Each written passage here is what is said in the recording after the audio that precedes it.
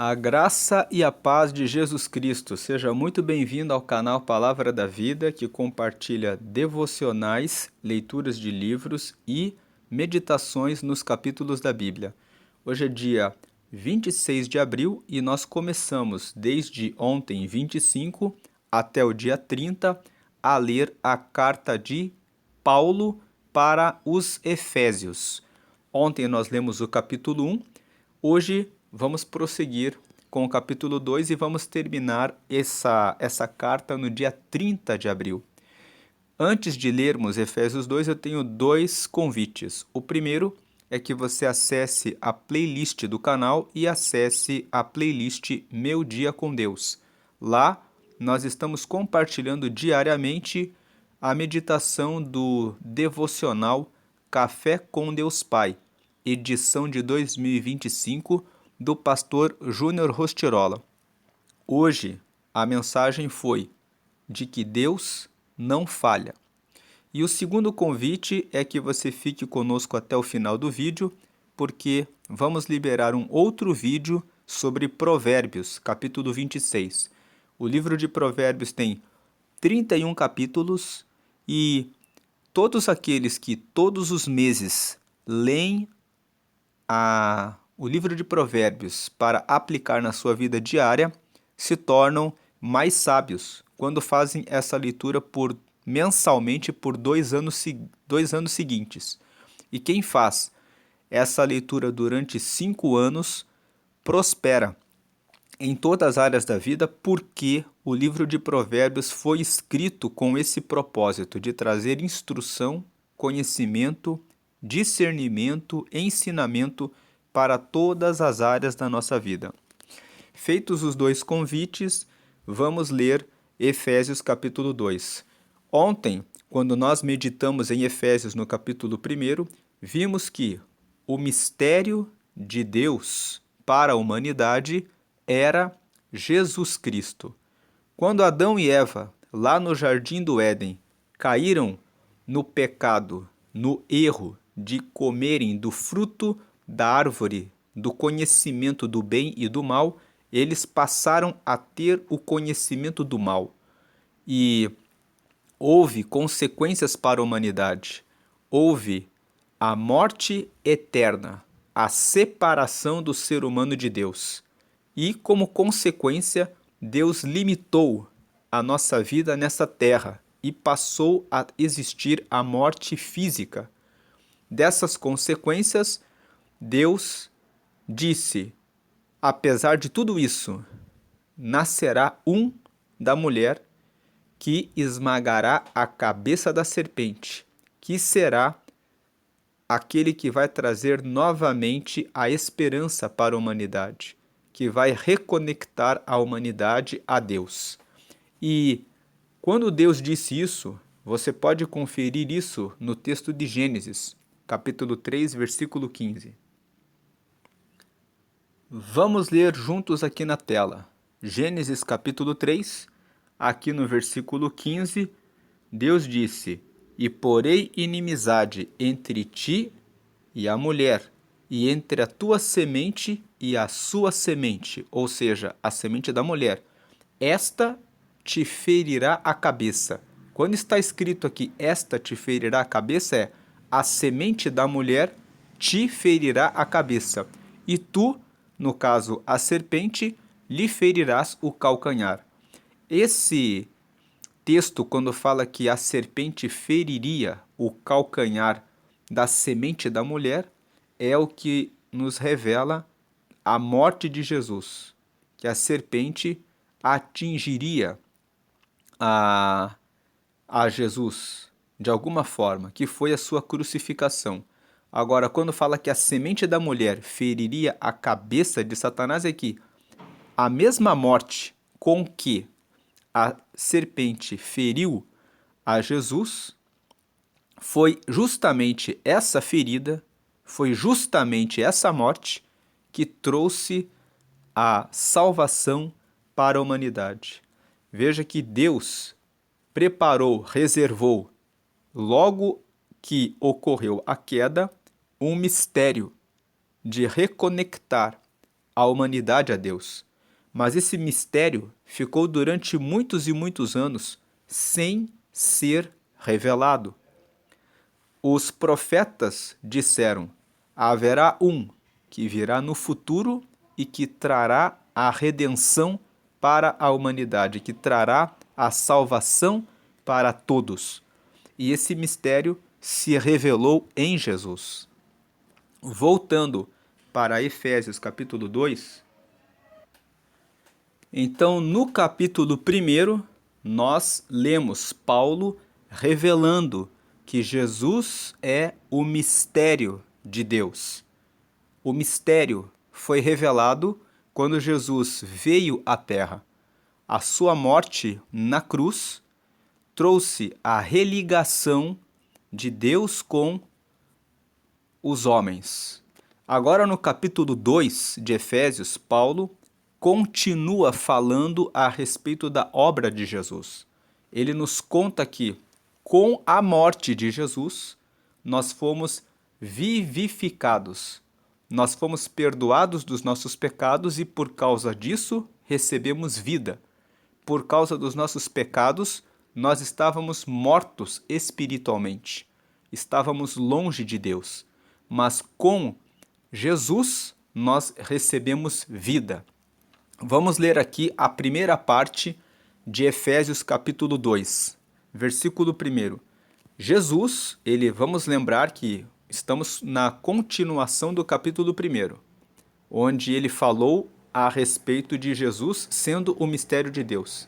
Jesus também vos vivificou, estando vós mortos em ofensas e pecados, em que noutro tempo andastes, segundo o curso deste mundo, segundo o príncipe das potestades do ar, do espírito que agora opera nos filhos da desobediência, entre os quais todos nós também antes andávamos nos desejos da nossa carne, fazendo a vontade da carne e dos pensamentos, e éramos, por natureza, filhos da ira, como os outros também. Então, aqui nesses 3 primeiros versículos, Paulo continua falando a respeito do mistério de Deus. O mistério de Deus é Jesus. Jesus religou os homens a Deus e ele fez uma obra, que foi dar vida para nós, vida espiritual. Porque nós, em outros tempos, andávamos no pecado, andávamos segundo a recomendação dos nossos pensamentos. E os nossos pensamentos, quando não estão ligados a Deus, são pensamentos que estão ligados às coisas dessa terra. E nessa terra, o príncipe das potestades do ar. Esse príncipe das potestades do ar são os demônios. Nós explicamos ontem, quando lemos Efésios capítulo 1, que quando você lê o capítulo 10 do livro de Daniel, você vê ali que Daniel ficou durante 21 dias em jejum pedindo para que Deus lhe desse uma resposta sobre uma questão específica. E quando o anjo aparece no 21º dia para dar a resposta para Daniel, ele fala para Daniel: eu vim no primeiro dia que você começou a buscar a Deus.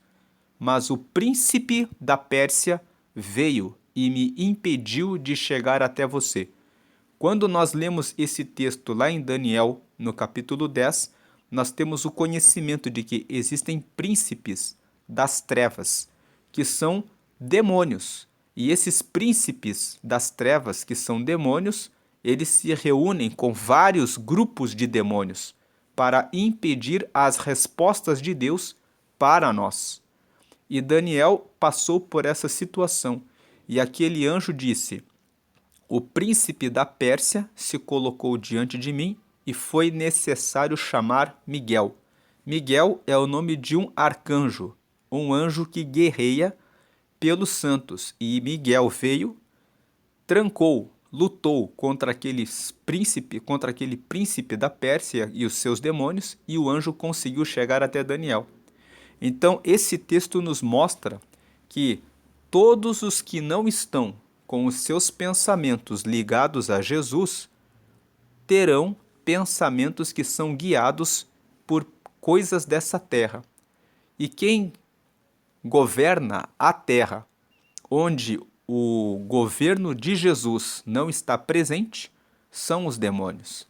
Eles são aqueles que lançam as propostas para que você experimente uma nova bebida, para que você experimente um novo cigarro, uma nova marca ou um novo produto que muitas vezes está além daquilo que você tem possibilidades, para que você entre em situações de dívida e caia depois em ansiedade, angústia e preocupação. Não há problema algum em se comprar boas marcas, mas quando você tem as devidas condições para isso. E muitas vezes o príncipe das potestades do ar, que é esse espírito que governa a terra, faz com que muitas pessoas pensem: eu tenho que ostentar.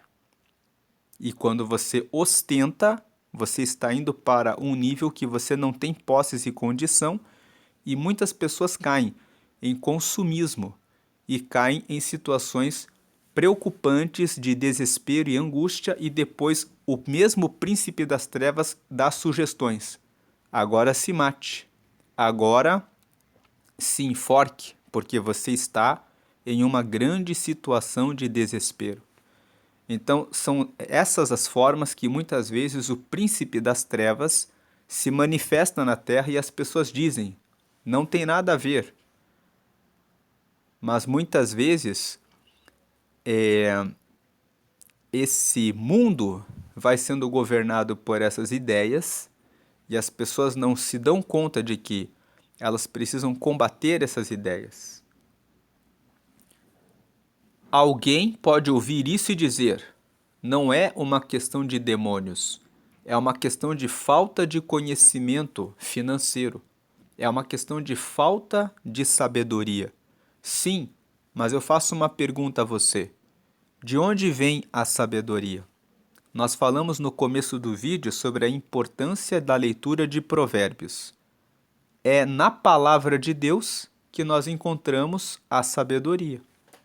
Até mesmo aqueles que são ateus, mas que leem Provérbios, eles conseguem ser bem-sucedidos.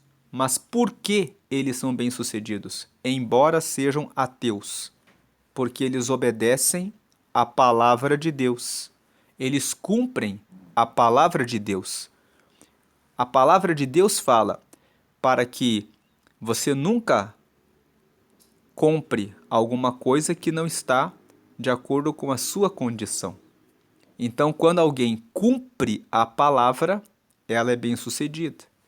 De onde vêm os conselhos que fazem com que as pessoas tropecem?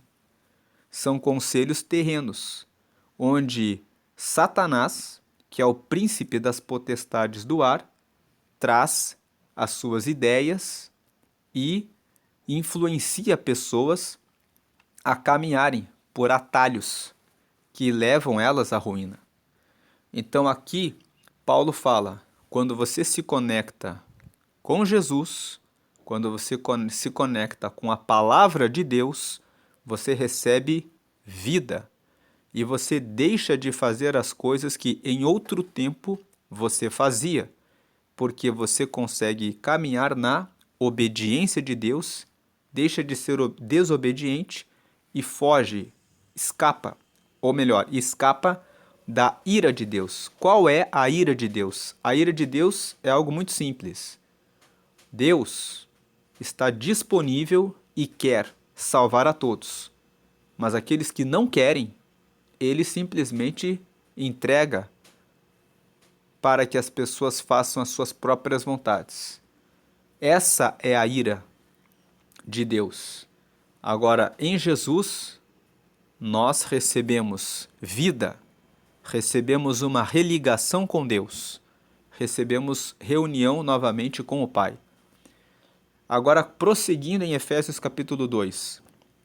Mas Deus, que é riquíssimo em misericórdia, pelo seu muito amor com que nos amou, 5. Estando nós ainda mortos em nossas ofensas, nos vivificou juntamente com Cristo. Pela graça sois salvos. 6. E nos ressuscitou juntamente com Ele, e nos fez assentar nos lugares celestiais em Cristo Jesus. 7. Para mostrar nos séculos vindouros as abundantes riquezas da sua graça, pela sua benignidade para conosco em Cristo Jesus. Aqui Paulo continua explicando qual foi a obra que Jesus fez. Deus é riquíssimo em misericórdia. A palavra misericórdia vem de duas palavras, miséria e cordes, que significa coração. Então Deus ele tem coração e com o coração bondoso dele, ele nos abraça apesar de nossas misérias. Misericórdia significa que Deus nos ama com o coração apesar dos nossos erros, das nossas misérias. Ele é riquíssimo em misericórdia, ele é riquíssimo em, mesmo com as nossas misérias, nos ajudar e nos abraçar com o seu coração. Ele, sendo riquíssimo em misericórdia, pelo seu muito amor, com que nos amou, estando nós ainda mortos em nossas ofensas, nos vivificou juntamente com Cristo. Ou seja, mesmo antes, quando nós ainda estávamos fazendo coisas erradas, ele olhou para a humanidade e disse: vou enviar Jesus. E quando Jesus morrer ali na cruz, eles passarão a ter vida. Deus nos fez com isso um favor. Pela graça sois salvos. Ontem, quando lemos Efésios 1, dissemos o que significa graça. Graça significa favor não merecido. Ele nos fez um favor. Enviou o próprio Filho para assumir a forma de carne, para morrer humilhado por nós e ressuscitar. Ele deu esse favor para mim e ele deu esse favor para você. Isso é a graça. É um favor que nós não merecíamos.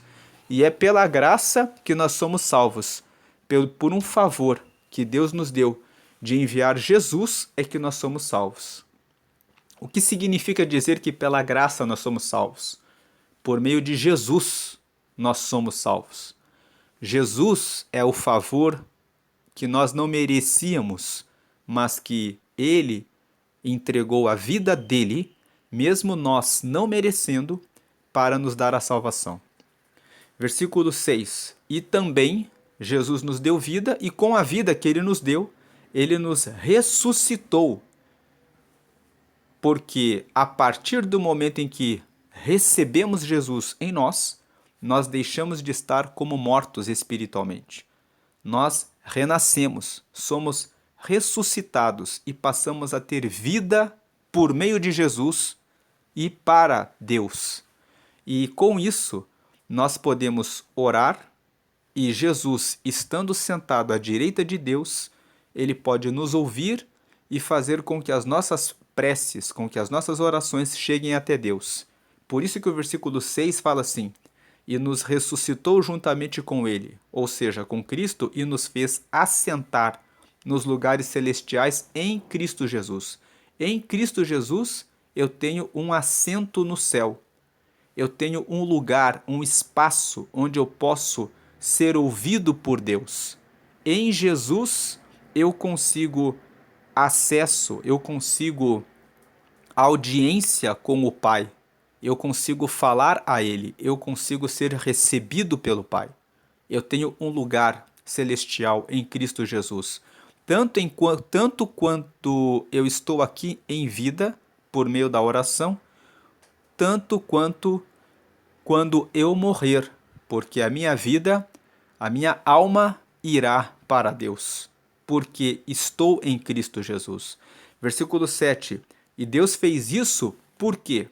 Para mostrar nos séculos vindouros as abundantes riquezas da sua graça. Desde que Jesus morreu, em todos os séculos posteriores, inclusive atualmente, nós vemos, ouvimos vários milagres que, por meio de Jesus, são operados e que revelam como ele é sempre abundante nas suas riquezas, nas riquezas da sua graça, nas riquezas dos favores que ele dá para nós, que nós não merecíamos, mas que pela graça nós recebemos.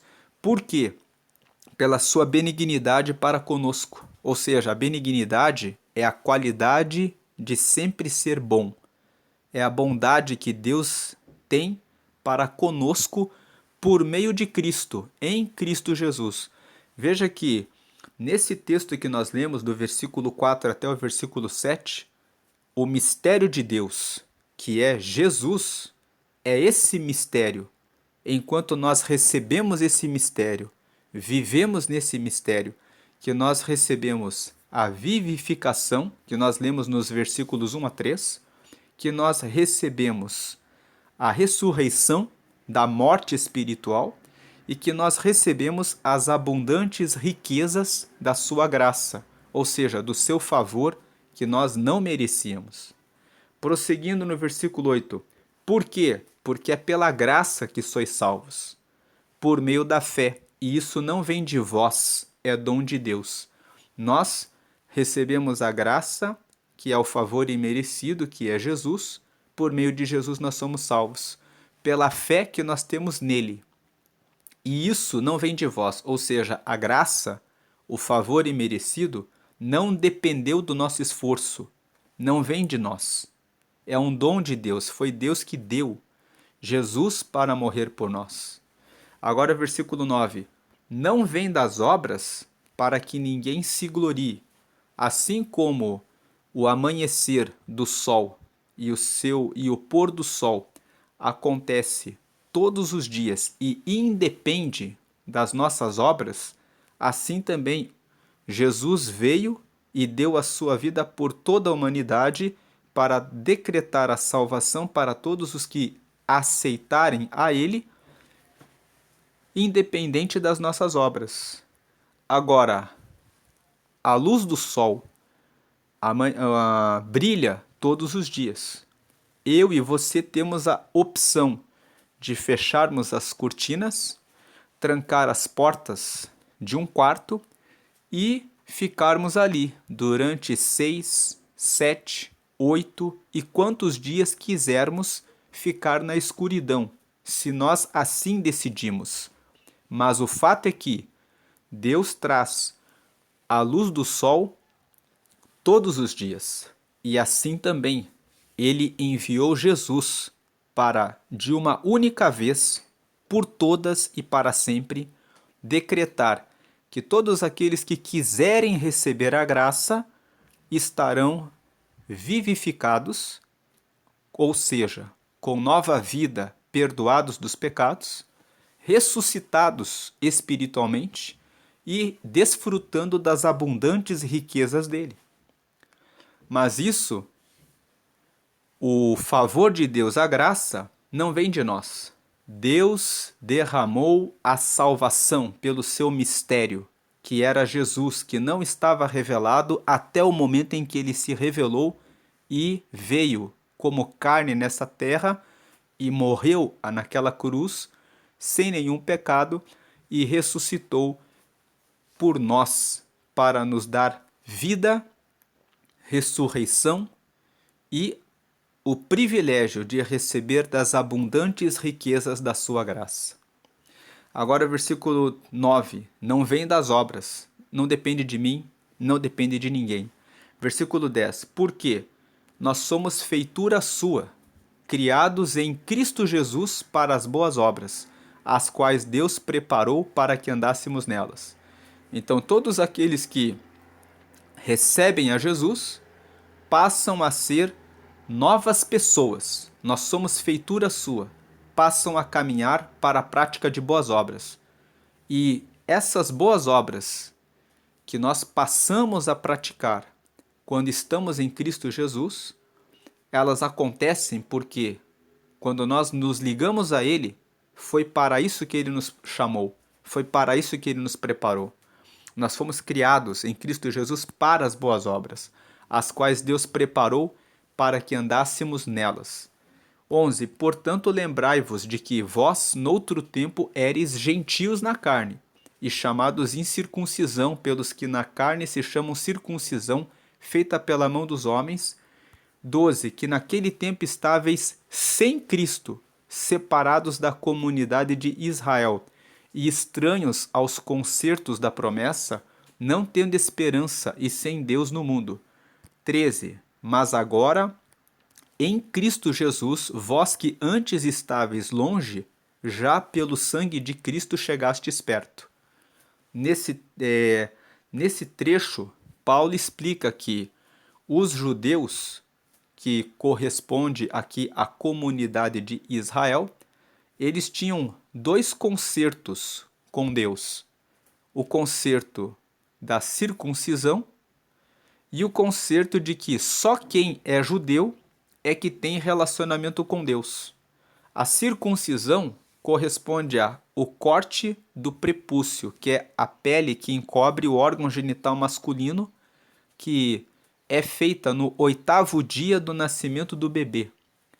Então, Paulo fala assim: até quando Jesus veio, só era considerado como filho de Deus aqueles que eram judeus e aqueles que estavam ligados ao pacto da circuncisão.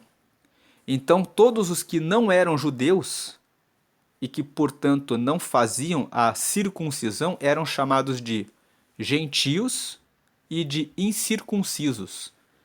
E Paulo fala que a partir de Jesus, vamos ler de volta, portanto lembrai-vos de que vós, que noutro tempo éreis gentios na carne e chamados incircuncisão, pelos que na carne se chamam circuncisão feita pela mão dos homens, que naquele tempo estavam sem Cristo, separados da comunidade de Israel e estranhos aos concertos da promessa, não tendo esperança e sem Deus no mundo.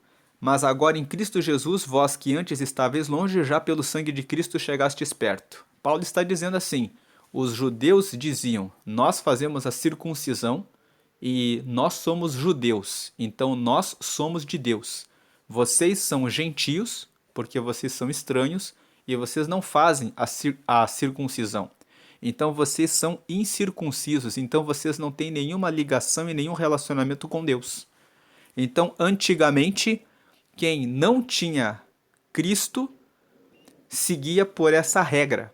Mas a partir do momento em que Jesus veio, e todo aquele que está em Cristo, aquele que estava longe, agora, quando recebe a Jesus, se torna ligado com Deus. Então, até isso, Jesus realiza. Jesus, ele quebrou um muro que existia e que separava os judeus das outras pessoas. Jesus trouxe união em relação a toda a humanidade. Todos agora passam a ser filhos de Deus. Veja que Paulo fala isso aqui, porque ele, que é Jesus, é a nossa paz. Havia um muro que gerava um conflito entre a comunidade de Israel com todos os outros povos. Mas Jesus, ele é a nossa paz, o qual de ambos os povos, tanto dos judeus quanto o restante do mundo, fez um, e derribando a parede de separação que estava no meio, na sua carne desfez a inimizade, isto é, a lei dos mandamentos, que consistia em ordenanças, para criar em si mesmo dos dois um novo homem, fazendo a paz. 16. E pela cruz reconciliar ambos com Deus em um corpo, matando com ela as inimizades. Então ele está dizendo aqui que a carne de Jesus, que foi oferecida na cruz, sepultou a inimizade. A separação que existia entre a comunidade de Israel e os demais povos.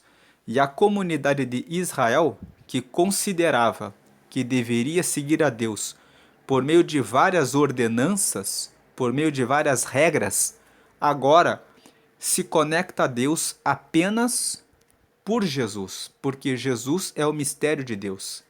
A cruz resolveu e trouxe essa separação e trouxe união e reconciliou todos com Deus. Aqui no versículo 16, nós vemos mais uma obra do mistério de Deus. A primeira obra que nós vimos aqui no capítulo 2 foi a vivificação, no versículo 1 ao 3. A segunda obra foi a ressurreição, que foi aqui no versículo 6.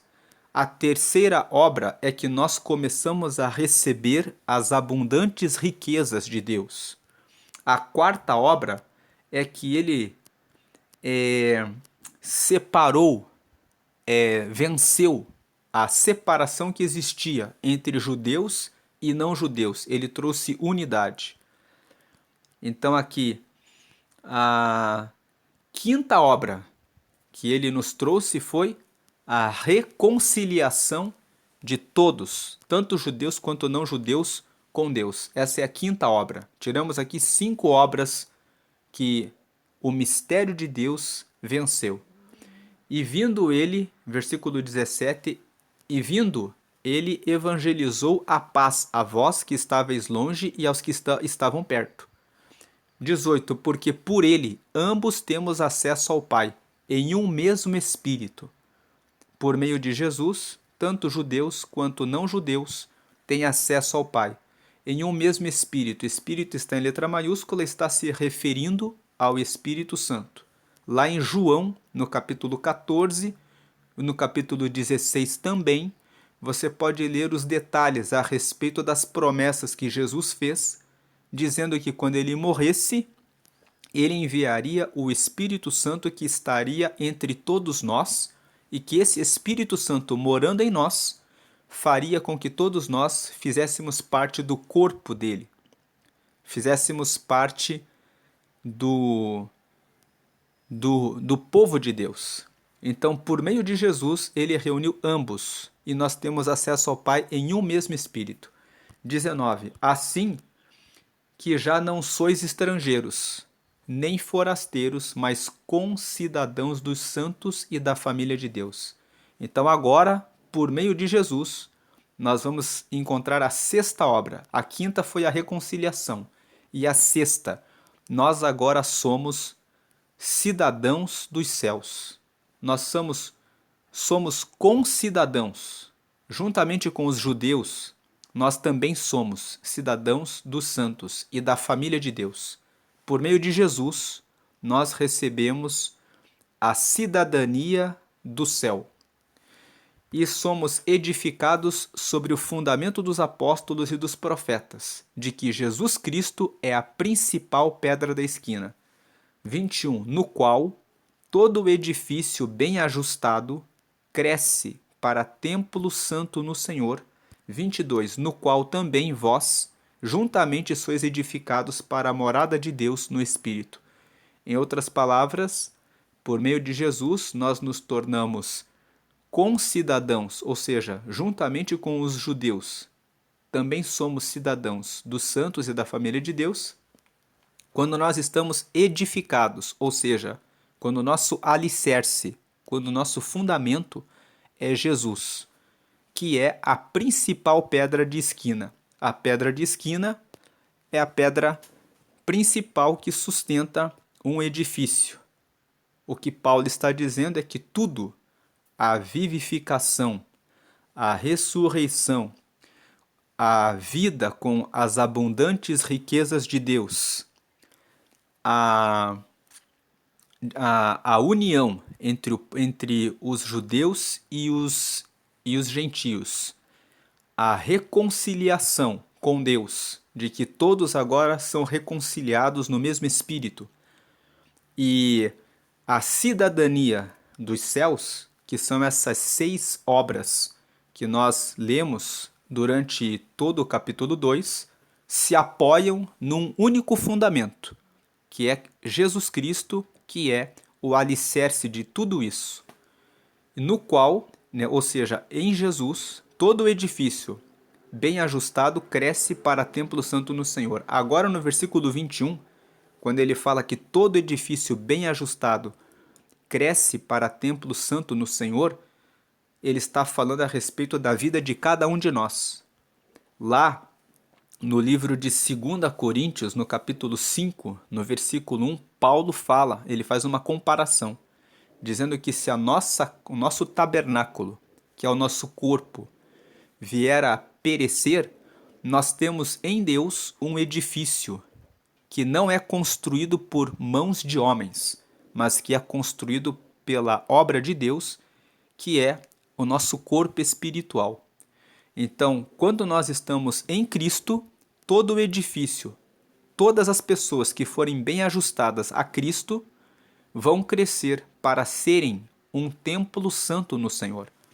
Vão crescer para que tenham em si o Espírito de Deus, que é o que ele fala no versículo 22, no qual também vós, juntamente, sois edificados. Vocês estão sendo edificados, vocês estão sendo construídos para que sejam a morada de Deus no Espírito.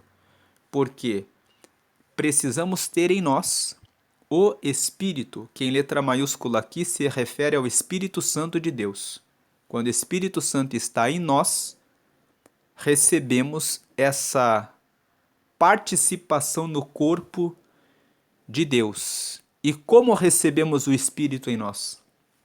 A leitura de João, capítulo 14, e de João, capítulo 16, revela que quando recebemos Jesus e recebemos o seu sacrifício, a sua morte, o seu sangue derramado ali na cruz por nós, e acreditamos que ele é o Filho de Deus, que ele veio em forma de carne, que ele foi crucificado por mim e que ele ressuscitou e que é por ele que eu recebo o reino de Deus, eu passo a receber o Espírito Santo. E esse Espírito, quando entra em mim, ele me alinha, ele me faz saber e me faz ter a inspiração de querer orar, de querer ler a Bíblia e conhecer as Escrituras, de conhecer as coisas que me trazem vida, que me carregam para o reino de Deus. Como diz o começo do capítulo 2, quando nós não andávamos em Cristo, nós andávamos segundo os princípios da nossa carne, segundo as nossas próprias vontades, sendo filhos da desobediência. Mas agora que nós estamos em Cristo, nós passamos a conhecê-lo e recebemos vida. Então, Efésios capítulo 2, ele é uma continuação do capítulo 1. O capítulo 1 revela que o mistério de Deus para a humanidade é Cristo, é Jesus, que foi enviado. E no capítulo 2, e ele fala já no capítulo 1, que em Jesus Deus tornou a congregar todas as coisas terrenas e revelou a sobreexcelente graça sobre toda a humanidade, derramando o favor que nós não merecíamos.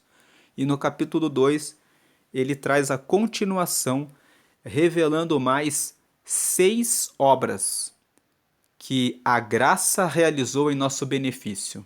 Ele nos vivificou, versículos 1 a 3. Ele nos ressuscitou, versículo 6. Ele nos derramou abundantes riquezas da sua graça, versículo 7, que é a terceira obra.